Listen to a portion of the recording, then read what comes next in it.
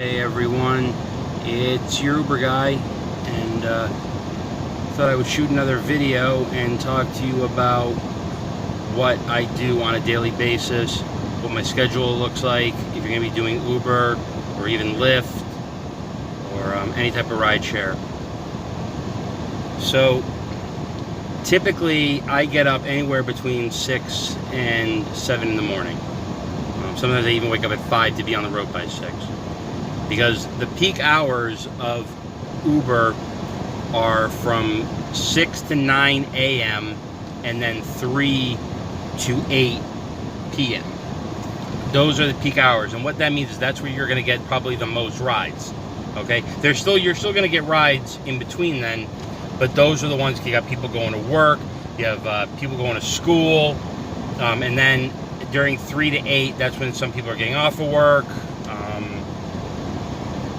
And also during like the weekends, that's when people typically kind of start getting ready to go out and everything. Now, what I do is I'm usually on the road by no later than 7. I usually will drive till about maybe 11, 12 o'clock.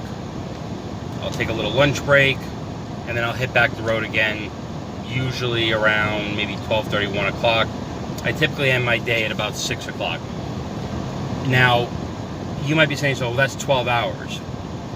Okay, working from 6 to 6. Yes, but I'm not necessarily always driving for 12 hours. In fact, Uber will shut your app off or won't let you drive more than 12 hours. So in the long run, I'm really only doing about maybe 4 or 5 hours of driving, but sometimes those drives are really long. Now, when I get in the car, either the night before or on that day, I know exactly where I'm going, okay?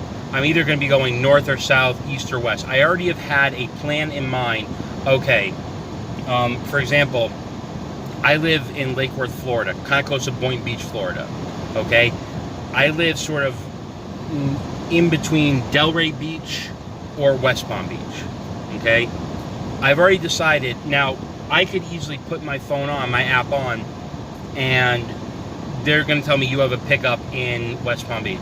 All right, I'm going to West Palm Beach. I might have already planned to go to Delray Beach, but it doesn't matter. I'm going to West Palm Beach. Okay, so I'm in West Palm Beach. I'll usually hang around there for a little while. I'll find some place to park. Now, there are people who will tell you to do more parking than driving. I agree with that, and yet I don't agree with that. I try to do a 10-10 rule. And that means I'm driving for 10 minutes and then I'm parking for 10 minutes. Me, I find I save a lot on gas, a lot of wear and tear on my car, and I'm not really staying dormant by just staying in one area for too long. I'm also not putting a lot of mileage in my car for driving it too long. Now, when I'm driving, okay, other people are different, but I usually try to keep driving until it says you are in a busy area, expect trip soon. Once I've hit that mark, I'll usually park somewhere. Now, with that being said, those things, the driving until you're in a busy area, can go away like that.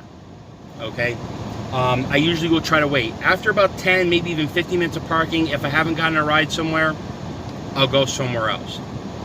Now, the other thing you can use, you can download an app called FarePilot. FarePilot will tell you where all the hot spots are.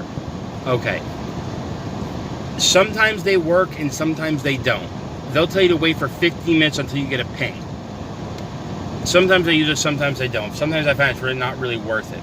The one thing I will not do on Uber, and other people might disagree with this, they'll do things where they'll say, on your phone, you'll see on the upper right hand corner, okay, there'll be a blue circle with like a squiggly arrow, and down below where you accept your rides, it'll say there are more opportunities nearby. Okay, every time I have done this, they've always brought me to an area that I cannot sit and wait. They've always brought me to an area that is just not, really not a lot of traffic there. Sometimes it's a development that I can't park in. And so for me, I don't really use that app too much. Every time I use it, I find it's worthless. Other people might disagree with me, but I found that when I'm driving for 10 minutes or waiting for 10 minutes, typically I'll usually end up getting a ride. Now, during the lunch hour, I also do Uber Eats. So during the lunch hour, what I'll do is I'll cruise the area that has a lot of restaurants in it, and I'll sit and wait there for a while. Sometimes I'll do Postmates. I don't really want to talk too much about Postmates. Personally, me, I'm not really a fan, because it'll give you places that are way out of your way to go. You know, you might end up driving like 12 miles for $2, and it's just not worth it to me. Now, the other thing that I do as well, and it does work out pretty well, is I pick one day a week where I'm going to go to a major city. So one day a week, what I do is I end up driving to sometimes South Beach or downtown Miami, and I'll ride around there for a little while and easily walk home with about maybe $150, sometimes even $200.